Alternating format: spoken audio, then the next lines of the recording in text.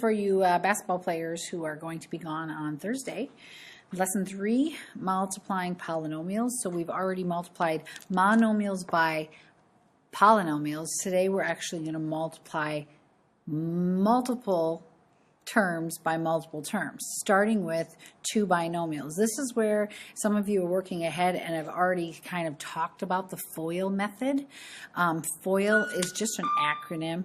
It stands for, and you can write this down, first, outer, inner, and last. It just means that you multiply your first two terms. So r times r is your first term, r squared. And then you take your outer terms, r times a positive 4, which is a positive 4r. That's your outer. And then you take your inner terms, which is 6 times r, or 6r. And then your last term, 6 times 4, which is 24. Now, most of the time when you get binomials that have the same variable in there, you will find that your two middle terms are generally, not always, but are a lot of times like terms, and you can combine them. So you get r squared plus 10r plus 24, and that is as simplified as you can get. Okay, so that's that one. Same thing on the other one. This one just gets a little bit tougher because it adds a coefficient in there. So 3c times c is 3c squared. 3c times 2 is positive 6c. Negative 1 times c is negative 1c. And negative 1 times 2 is negative 2. Combine our two middle terms because they're both c. And we get 3c squared plus 5c minus 2. And there you have it. Okay.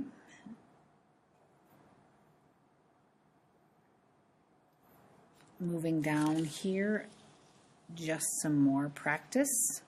We're going to take a look, as we practice doing these, I want you to take a look at the two binomials that you're multiplying together and kind of take notice of some patterns, because as we move on through the chapter, you're going to find out that we're going to kind of use what we're doing here and essentially work backwards later. So don't just mindlessly go through this, okay? So here we've got x times x, x squared, then we have minus 2x, minus 9x, plus 18. Watch your signs. So if you pay attention, really this middle one almost always ends up being the sum of these two. It's a little more complicated when we add coefficients in front of the x terms, because now it's the product of these two. So we got 15a squared, we have minus 6a, negative 25a, and positive 10, and then we, sorry about that, and then we combine those two. We got 15a squared minus 31a plus 10. Okay, so are you ready to take a step farther? If you are, on the bottom of the sheet we talk about a quadratic expression. Quadratic expression is when we end up with a variable that has a degree of 2. These two up here were both quadratic expressions.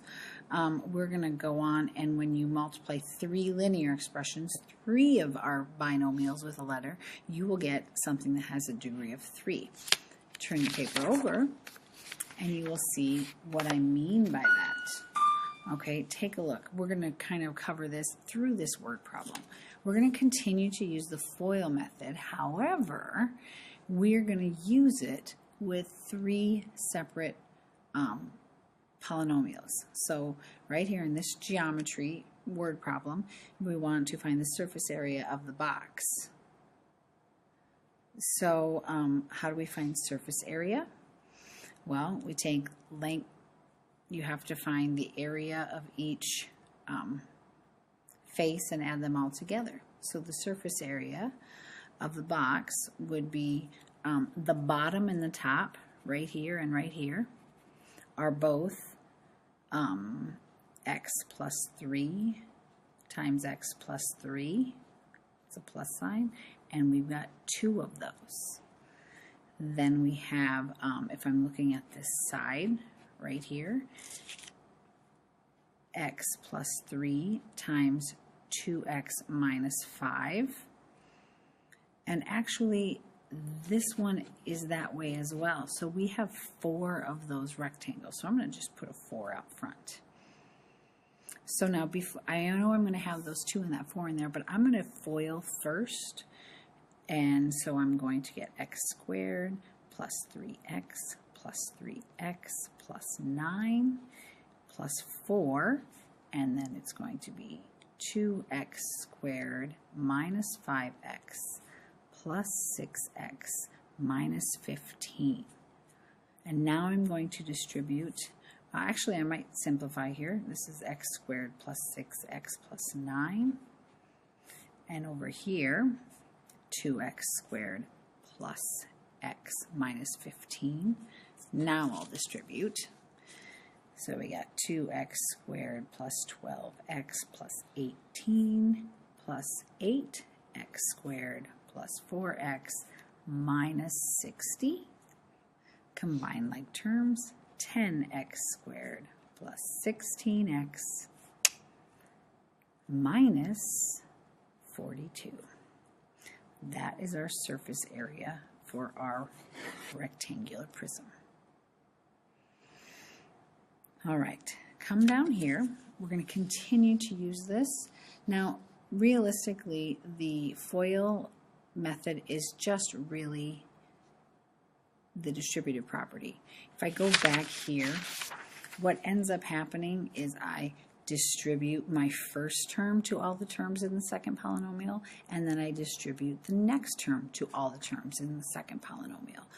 And if it's a binomial, obviously it's first, outer, inner, last. But if we have something more like a trinomial, and take a look on the back, we're really just distributing 2 terms. So in this one, we have a binomial 2y minus 5 times a trinomial y squared plus 5y minus 1.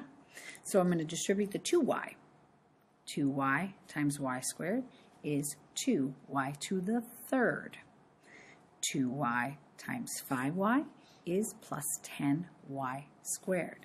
2y times negative 1, negative 2y. I'm going to run out of room here. Now I'm going to do the second term. That's a negative 3. Watch your signs. So negative 3y squared, negative 15y, and plus 3. Now when we combine like terms, I only have one y to the third, but I have 2 terms that have y squared, so a positive 10 and a negative 3 would be plus 7y squared. I have 2 terms that just have y, so negative 17y, and last, number 3. Just add that constant. There you have it.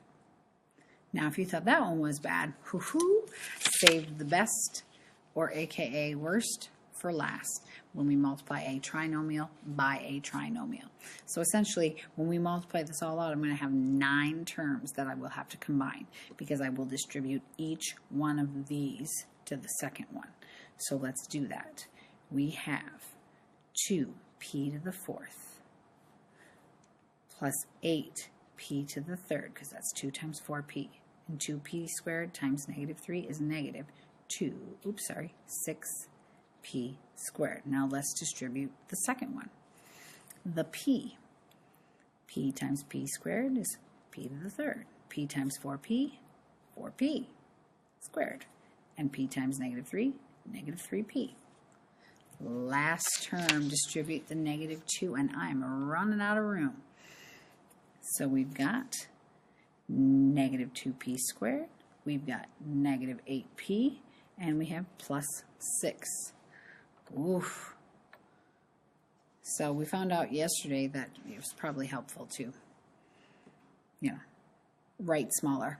Sorry about that. Now I'm going to find my like terms. I only have 1 p to the fourth.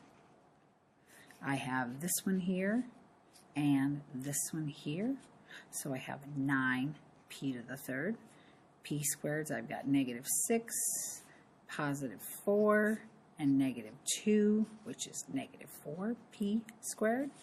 Now my p's, I got a -3 and a -8, which is -11p, and one constant +6.